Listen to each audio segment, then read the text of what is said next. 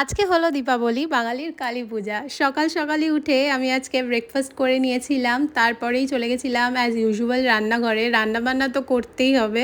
তারপরেই আদ্রিত গেল ওর পাপার সাথে বেরো করতে, আর আমি গেলাম ছাদে। কারণ বাজিগুলোকে ভালো করে রোদ দিতে হবে। তারপর রোদ দিয়ে লাঞ্চ করে নিলাম। তারপর বিকেলবেলা এখন একটু রেডি হচ্ছি। আর দেখো বাড়িটা লাইট দিয়ে সাজানো হয়েছিল। আমরা একটু টুকটাক গেলাম ঠাকুর দেখতে। তারপর একটু ঠাকুর দেখলাম। তারপরে ছবি তুলে এখন চলে এসেছি বাড়িতে। এসে মোমবাতি ধরাতে শুরু করে দিয়েছি। আর যতবারই মোমবাতি ধরাচ্ছি হাওয়ায় এসে নিভিয়ে দিয়ে যাচ্ছে। আর তারপরে আমি একটু পঞ্চপ্রদীপও ধরিয়ে নিয়েছিলাম। তারপরে একটু ছবি তুললাম। আর তারপরে সবাই মিলে এখন একত্রিত হয়ে প্রত্যেকবারের মতো যাব বাজি ফাটাতে। আর তার আগে আমি সবার জন্য একটু ফ্রেঞ্চ ফ্রাইজ আর একটু টুকটাক নাগেটস ভেজে দিলাম। তারপরে টিফিন করে এখন চলে এসেছি ছাদে বাজি ফাটাতে।